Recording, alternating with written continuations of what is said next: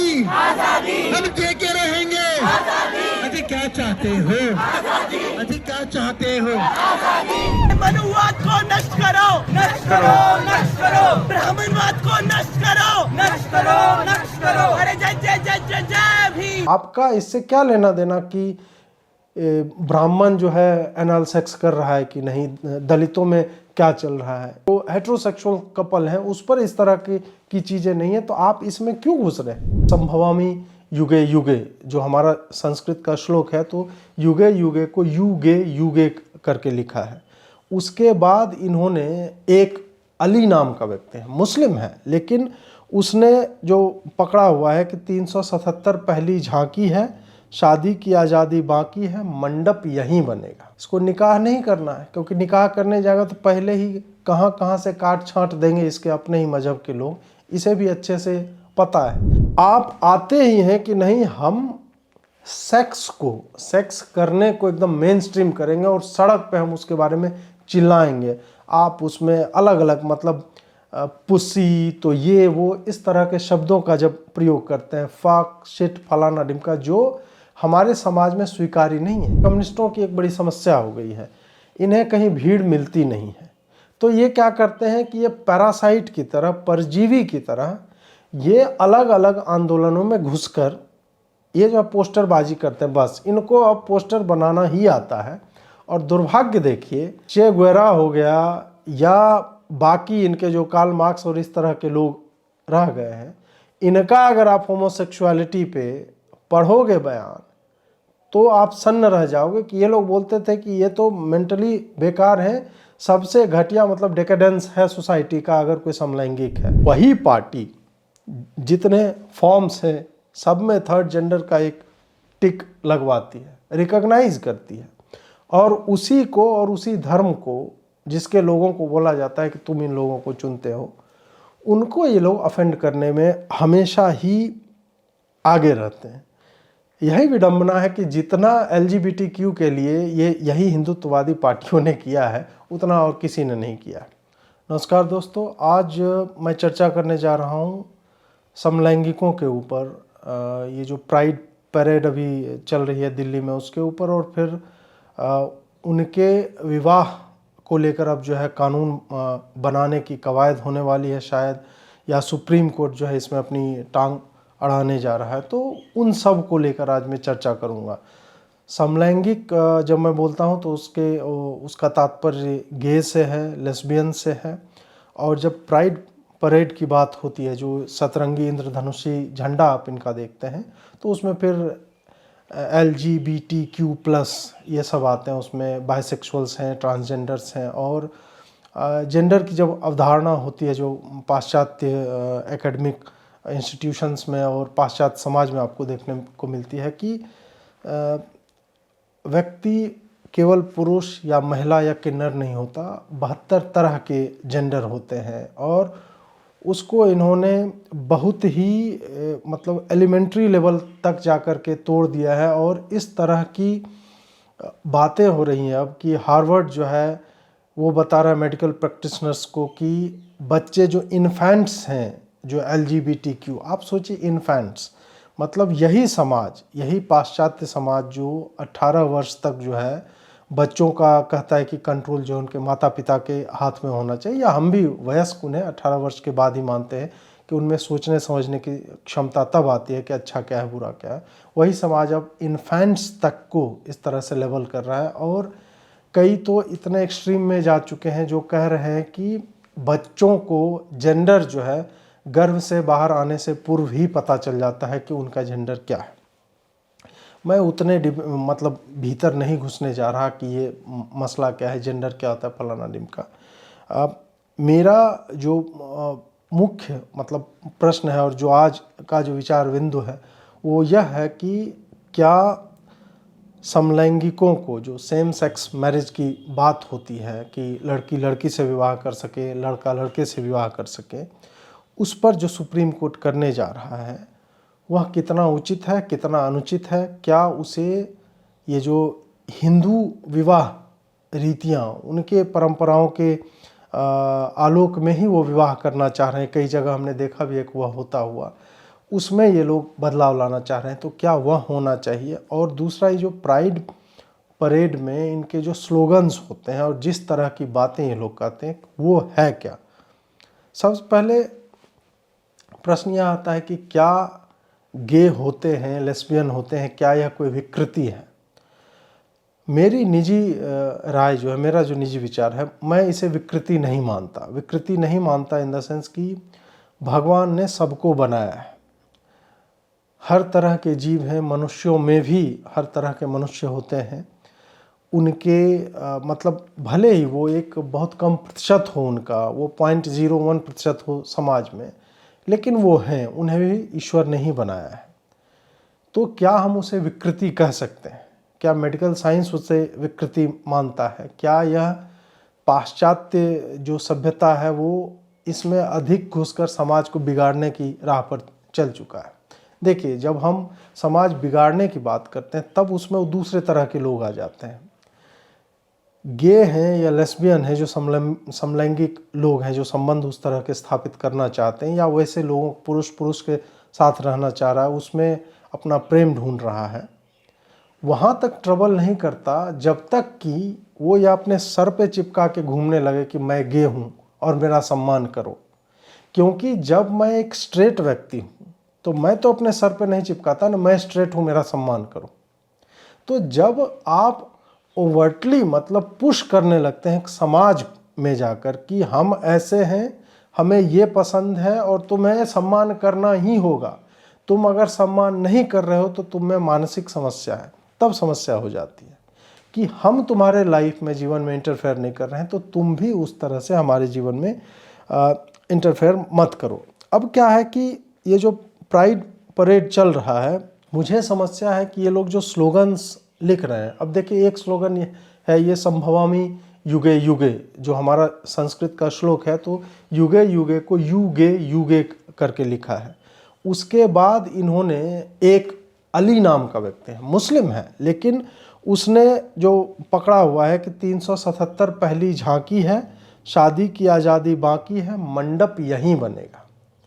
इसको निकाह नहीं करना है, क्योंकि निकाह करने जाएगा तो पहले ही कहाँ कहाँ से काट छांट देंगे इसके अपने ही मजहब के लोग, इसे भी अच्छे से पता है।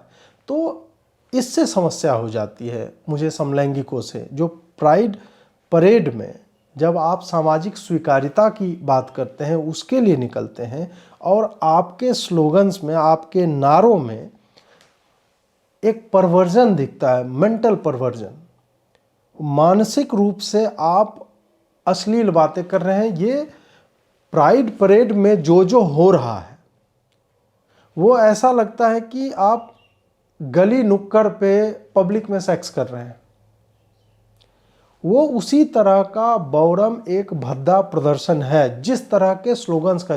मैं यह नहीं कर रहा हूं कि प्राइड परेड नहीं निकलनी चाहिए, निकले, आप अपने हक के लिए लड़ रहे हैं, आप अपने अधिकारों की बात कर रहे हैं, बिल्कुल निकालिए। लेकिन जब आप आते ही हैं कि नहीं, हम सेक्स करने को एकदम मेन स्ट्रीम करेंगे और सड़क पे हम उसके बारे में चिल्लाएंगे, आप उसमें अलग अलग मतलब पुसी, तो ये वो इस तरह के शब्दों का जब प्रयोग करते हैं, फाक, शिट, फलाना ढिमका, जो हमारे समाज में स्वीकार्य नहीं है।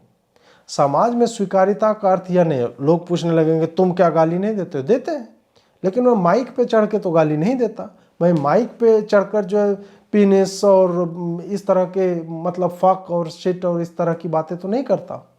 तुम करते हो। तुम जब बाहर में आके ये सारी बातें करने लगते हो कि भाई आप सेक्स घर में करते हैं तो आप सड़क पे क्यों नहीं इसके बारे में चर्चा कर सकते हैं। ये तो वही बात हो गई कि सेक्स बीवी से कर सकते हैं तो बहन से भी कर लेना चाहिए। आप में से कुछ लोग करते भी होंगे, जो इस तरह के मंडप यहीं बनेगा वाले ब्रिगेड के लोग हैं।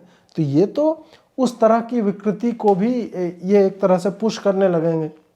तो आपको स्वीकार्यता चाहिए तो आपके शब्दों का चयन उस तरह से होना चाहिए जो बृहद समाज को स्वीकार्य है, ना कि आप ये कहेंगे नहीं हम तो गे हैं, तुम्हें मानना पड़ेगा, तुम्हें हमारा सम्मान करना पड़ेगा। नहीं, वैसे सारे लोग नहीं आपके लिए मेंटली प्रिपेयर्ड। इसी कारण तो आपका पूरा संघर्ष है स्वीकार्यता को लेकर के। ये देखिए कि इनके जो भी मतलब परेड की ही मैं बात कर रहा हूँ कि ये एकदम इन द फेस होता है, कि एकदम स्वीकार्यता में आप सम्मान के साथ जाते हैं, आप मांगते हैं, आप धीरे धीरे अपनी बात करते हैं। यहाँ पे है कि मुंह में एकदम शव कर रहे हैं, मुंह में घुसेर रहे हैं कि नहीं ये देखो हम तो ऐसे ही हैं, तुम्हें हमें स्वीकारना ही होगा।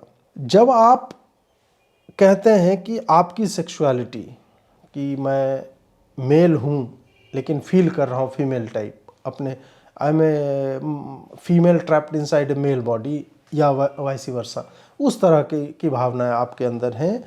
जब आप सेक्सुअलिटी को कहते हैं कि हमारी sexuality is as good as a heterosexual person, जो नॉर्मल, जो समाज में अधिकता है, जिसे सामान्य माना जाता है, जब आप वो कहते हैं तो फिर आप ये परेड क्यों निकाल रहे हो? फिर जब आप बोल रहे हैं कि हमारी सेक्सुअलिटी भी उसी तरह की है जैसे हेट्रोसेक्सुअल की है, तो फिर आपको परेड निकालने की क्या आवश्यकता होती है? आप ये सब तब कहते हैं जब एकदम इन द फेस आपकी एडवर्टाइजिंग होती है समलैंगिक होने की।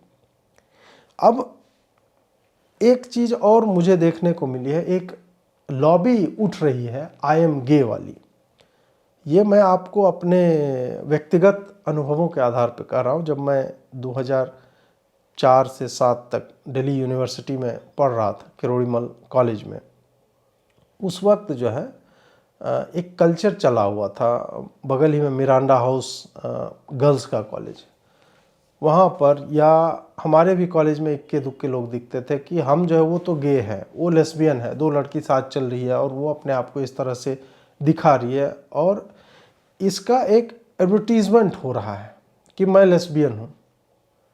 और इसमें मूलतः क्या होता था कि वो एक्चुअल में लेस्बियन होते नहीं थे। आइडेंटिटी क्राइसिस कि हम कॉलेज में हैं, कोई जो है स्पोर्ट्स पर्सन है तो उसको कॉलेज में लोग जानते हैं, कोई टॉपर है उसको कॉलेज में लोग जानते हैं, कोई दिखने में अच्छा है, कोई दिखने में अच्छी है, कोई ड्रेस विचित्र पहन कर आती है, उसके कारण उसकी आइडेंटिटी है कॉलेज में। तो वैसे लोग जिनमें इस तरह का कोई ट्रेट नहीं है, वो अब क्या करें अटेंशन पाने के लिए, तो वो इस तरह के हथकंडे अपनाते हैं। मैं यह नहीं कह रहा हूँ कि जो भी बाकी भी थे वो गे नहीं थे एक्चुअल में, या लेस्बियंस नहीं थे, नहीं। मैं कह रहा हूँ कि 1% ऐसा भी था जो कि इन बातों को ही अपनी आइडेंटिटी बनाकर कि यही मेरा अचीवमेंट है और इसका मैं प्रदर्शन जब तक नहीं करूँगा या करूँगी, लोग मुझे पहचानेंगे नहीं। तो फिर ये लॉबी जो है ना, एक तरह से डैमेज करने लगते हैं उन लोगों को जो वास्तव में LGBTQ कम्युनिटी जो है उनसे आते हैं। अमेरिका में बोला जा रहा है कि जिस हिसाब से गे होने की या अपने आप को डिक्लेयर करने की चली हुई है अभी, वो मैं एक शो देख रहा था, उसमें बता रहे थे कि भाई ये तो पिछले 10 सालों में डबल हो गया है और यही ट्रेंड चलता रहा तो 2050 तक तो 50% से ज़्यादा लोग अमेरिका में गे हो जाएंगे। और ये नेचुरल नहीं है। इसमें फिर वही वाली बात आती है कि जो एक्चुअल में नहीं है उसको भी दिखना है। क्यों? क्योंकि ये अभी ज़्यादा एक्सेप्टेड है, इसके बारे में लोग चर्चा कर रहे हैं, इस पर खूब बात हो रही है और ये अभी हैपनिंग चीज़ है। तो इस कारण लोग अपने आप को ज़्यादा से ज़्यादा कि मैं भी गे हूँ, मैं भी गे हूँ, इस तरह से जो है आगे बढ़ा रहे हैं। अब इन प्राइड्स में आप देखेंगे एक इनहेरेंट थीम होता है कि ये हमेशा ही हिंदुओं को नीचा दिखाने के फिराक में रहते हैं। दुर्भाग्य यह देखिए कि जिस पार्टी को ये लोग हिंदुत्व से जोड़ती है और जिसे दकियानूसी बोलती है, कंजर्वेटिव बोलती है, उसी पार्टी ने सेम सेक्स को डीक्रिमिनलाइज करवाया कि ये कोई आपराधिक चीज़ नहीं है। वही पार्टी ट्रांसजेंडर्स को जो है थर्ड जेंडर के रूप में ऑफिशियली एक्सेप्ट करवाती है, उनको नौकरियां दिलवाती है। वही पार्टी जितने फॉर्म्स हैं सब में थर्ड जेंडर का एक टिक लगवाती है, रिकॉग्नाइज करती है, और उसी को और उसी धर्म को जिसके लोगों को बोला जाता है कि तुम इन लोगों को चुनते हो, उनको ये लोग अफेंड करने में हमेशा ही आगे रहते हैं। यही विडंबना है कि जितना LGBTQ के लिए यही हिंदुत्ववादी पार्टियों ने किया है उतना और किसी ने नहीं किया। दूसरी बात, हिंदुओं को तुम क्या ऑफेंड कर रहे हो? हमारे यहाँ तो किन्नरों को पहचान मिली हुई है, हमारे तो शास्त्रों में वर्णित है इस तरह के लोग हैं। हम तो थर्ड जेंडर को सदैव ही मान्यता देते हैं। तुम जाकर ईसाइयों में देखो, तुम जाकर इस्लाम में देखो कि उनमें समलैंगिकों को किस तरह की सजा का प्रावधान है। वहाँ पर समलैंगिक होना अपराध माना जाता है और उनको हत्या तक, मतलब उनको मृत्युदंड तक का प्रावधान है। इसीलिए मुस्लिम भी है तो ये मंडप यहीं बनेगा, इस तरह की बात लेकर के ये चलते हैं। तो हिंदुओं को ऑफेंड करना जो है ये मिसप्लेस्ड है। और इससे आप एक्चुअल में तुम किससे स्वीकार्यता चाह रहे हो? मूलतः एक हिंदू समाज है, इस्लाम तो कभी स्वीकारेगा ही नहीं तुमको, ईसाई स्वीकारेगा ही नहीं, तो बचता कौन है? हिंदू या उसकी शाखाएं जो हैं, बाकी जो पंथ जुड़े हुए हैं, वो तो ऑलरेडी इन सब चीज़ों को एक्सेप्ट करते रहे, उनका तो कभी विरोध ही नहीं। उनके तो शास्त्रों में कभी ऐसे में मृत्युदंड का प्रावधान है ही नहीं। हम तो चर्चा करने के लिए भी तैयार हैं, तो तुम किसको ऑफेंड करने जा रहे हो भाई? और क्यों, मतलब पर्पस क्या है? तो पता चलता है कि कम्युनिस्ट जब इसमें भी घुस जाते हैं ना, अभी क्या है, कम्युनिस्टों की एक बड़ी समस्या हो गई है, इन्हें कहीं भीड़ मिलती नहीं है। तो ये क्या करते हैं कि ये पैरासाइट की तरह, परजीवी की तरह, ये अलग अलग आंदोलनों में घुसकर ये जो पोस्टरबाजी करते हैं, बस इनको अब पोस्टर बनाना ही आता है। और दुर्भाग्य देखिए कि जिस चे गुवेरा हो गया या बाकी इनके जो कार्ल मार्क्स और इस तरह के लोग रह गए हैं, इनका अगर आप होमोसेक्सुअलिटी पे पढ़ोगे बयान तो आप सन्न रह जाओगे कि ये लोग बोलते थे कि ये तो मेंटली बेकार है, सबसे घटिया मतलब डेकेडेंस है सोसाइटी का अगर कोई समलैंगिक है। तो इस तरह के विचार रहते थे और वो कहते थे कि वो कम्युनिस्ट हो ही नहीं सकता अगर कोई समलैंगिक है तो अब जो है उनके अनुयायी जो उनकी टी शर्ट लगाकर घूमते हैं, पहनकर घूमते हैं और उसके जो स्लोगन्स लगाकर घूमते हैं और उसमें अपनी पहचान ढूंढते हैं, वो जो है वो हाईजैक करते हैं ऐसे आंदोलनों को। और उसमें हाईजैकिंग के बाद ये क्या करते हैं, वही फिर हिंदुओं को नीचा दिखाने की कोशिश, संघ को बिना काम का खींच लाएंगे, भाजपा को बिना काम का खींच ले आएंगे, भक्तों की जो मोदी के समर्थक है उनको बिना काम का खींच लाएंगे और उनको ऑफेंड करने की कोशिश करते हैं।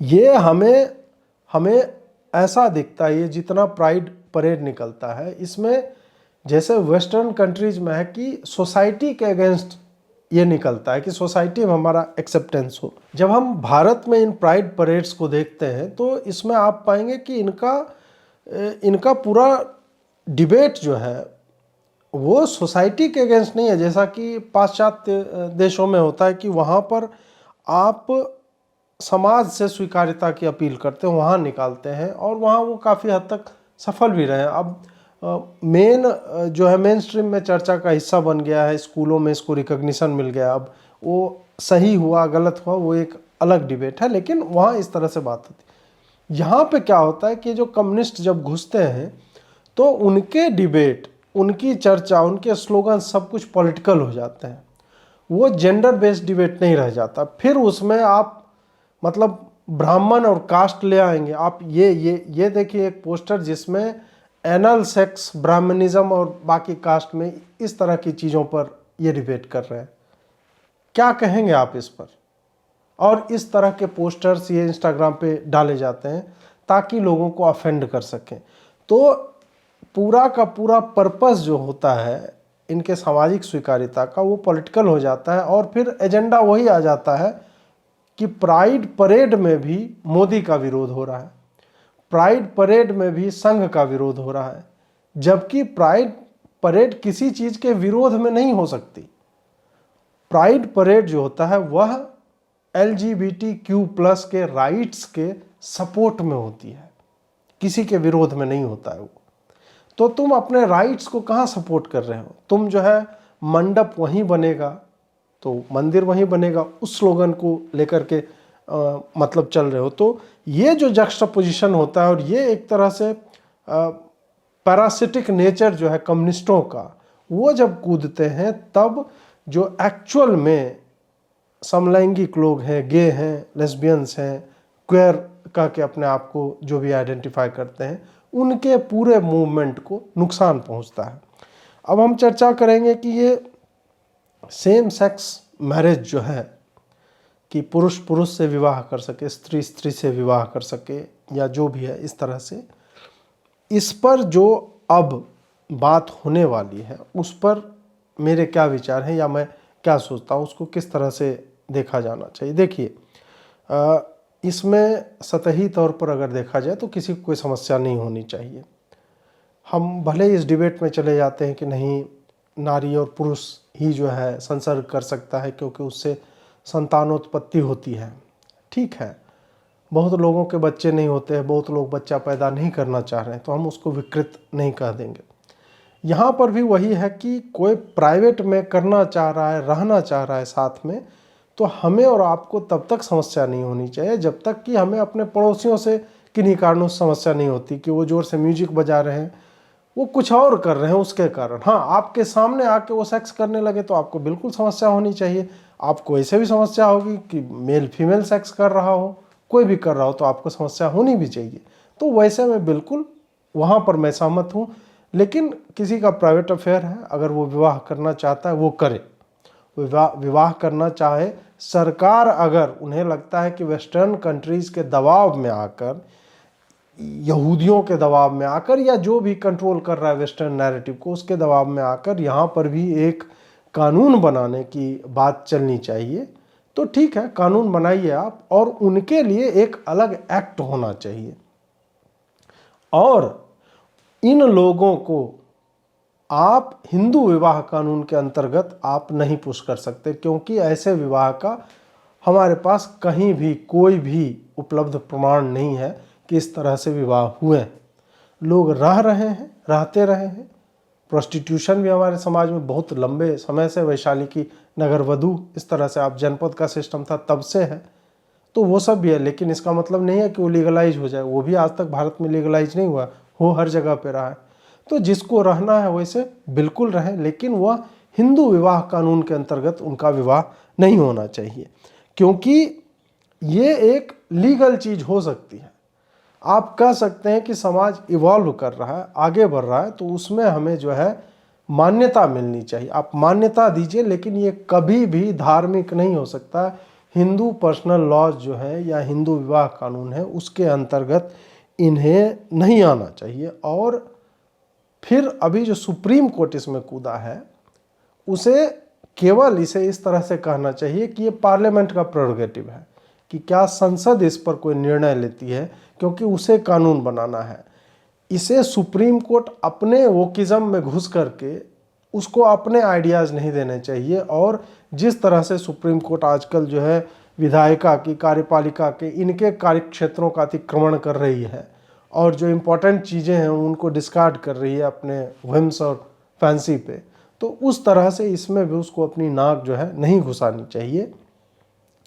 ये एक आप कह सकते हैं कि सामाजिक व्यवस्था हो सकती है पॉलिटिकल पार्टीज़ की, कि वो इसको रिकॉग्नाइज करे, या हमारी जुडिशरी की कि इसको रिकॉग्नाइज करे, क्योंकि पूरे विश्व में इस तरह से किया जा रहा है। और आपको पता नहीं, किसी इंडेक्स पे ऊपर जाना हो या जो भी है, आप किसी को प्लीज़ करना चाहते हैं, बिल्कुल करें, लेकिन इसे हिंदू कानूनों के अंतर्गत मान्यता नहीं मिलनी चाहिए। कई लोग इसमें जो है पिटिशंस भी फाइल कर रहे हैं कि आपको जो भी बनाना है, इनको स्पेशल मैरिज एक्ट में या एक अलग एक्ट बना दीजिए कि सेम सेक्स मैरिज एक्ट करके, तो उसमें जो है वो करें।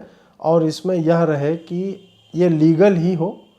किसी को हिंदू रीति रिवाज से करना है तो वो सब अलाउड मुझे नहीं लगता कि उसमें होने की संभावना होनी चाहिए। जिसको अपना जीवन जैसे जीना है उसकी स्वतंत्रता हमारा संविधान भी देता है, हमारे कानून भी देते हैं। समाज में एक वृहद स्वीकार्यता भी है कि कोई रह रहा है ऐसे, तो ये रहना चाहिए। और लोग में ऐसा ना हो कि गे आदमी है वो जो है लड़की से विवाह करके पूरा जीवन अपना भी बर्बाद कर लिया, उस महिला का भी बर्बाद कर दिया, तो यह भी नहीं होना चाहिए। जागरूकता होनी चाहिए कि इस तरह के लोग हैं, बहुत कम हैं लेकिन होते हैं। और वो ऐसा नहीं है कि उनको आप धिक्कारते रहें, उन्हें आप घृणा की दृष्टि से देखें, नहीं, उन्हें भी भगवान ने ही बनाया है।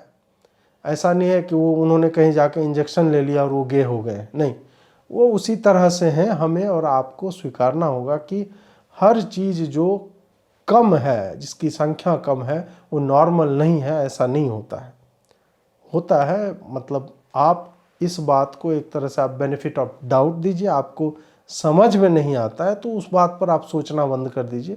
आप उसमें यह मत घुसिए कि मैंने तो ऐसा कभी नहीं देखा। तो आपने तो काला हंस भी नहीं देखा होगा, इसका मतलब यह नहीं है कि काला हंस होता नहीं है। तो वही बात है कि इसे हमें इसकी पूर्णता में देखना चाहिए। और जो समलैंगिक लोग हैं उनसे भी मेरा यही एक तरह से अनुरोध है कि आप अपने बीच इन वामपंथियों को मत घुसाइए। वामपंथी आपके पूरे मोटिव को, आपके पूरे लक्ष्य को बर्बाद कर देंगे। आपका एक जो सामाजिक स्वीकार्यता को लेकर जो आपके परेड निकलते हैं उसमें ये लोग घुस करके ये विकृति ही फैलाएंगे। गे होने का मतलब, लेस्बियन होने का मतलब बिल्कुल नहीं होता है कि आप जो है स्ट्रीट में सेक्स करने लगेंगे। आपकी मांग यह है ही नहीं। आपकी मांग केवल यह है कि हम साथ रह सके, हमारा विवाह जो है वो साथ हो सके और हम जो है अपने रीति रिवाज से या जो भी है जिस तरह से हम विवाह कर सकें। आपका इससे क्या लेना देना कि ब्राह्मण जो है एनाल सेक्स कर रहा है कि नहीं, दलितों में क्या चल रहा है। ये आपने जब सेम सेक्स मतलब जो हेट्रोसेक्सुअल कपल हैं उस पर इस तरह की चीज़ें नहीं है तो आप इसमें क्यों घुस रहे हैं। ये आप उसी समाज को एक तरह से टारगेट करके आहत करना चाह रहे हैं, उनकी भावनाओं को क्षति पहुंचाना चाह रहे हैं जिस समाज से आपको स्वीकार्यता की आशा है। तो ये तो आपका पर्पस वैसे ही डिफीट हो जाएगा। तो ऐसे वाहियात लोगों को अपने परेड से जो है बाहर निकालिए। आपको सामाजिक स्वीकार्यता चाहिए तो आप किसी अपने अधिकारों के समर्थन में आइए, बिना काम का अकारण ही किसी के विरोध में नहीं आइए। और वह विरोध पूरी तरह से उसी हिंदू समाज पर केंद्रित है जिसने आपको पौराणिक काल से, महाभारत काल से आपको स्वीकारा है, आपके होने को स्वीकारा है। शिखंडी थे महाभारत में, योद्धा थे। तो ये सब तो हमने देखा हुआ है, किन्नर होते हैं, ये स्वीकारा किया हुआ है। तो फिर आपको भी आज का समाज स्वीकारेगा। जो समाज नहीं स्वीकारेगा आप उससे प्रश्न अवश्य पूछें, जो ईसाई है, जो मुस्लिम समाज है। दोस्तों, आपको यह वीडियो कैसा लगा अवश्य बताएं। लाइक, शेयर और सब्सक्राइब करते रहें। जुड़ने के लिए बहुत बहुत आभार आपका। नमस्कार।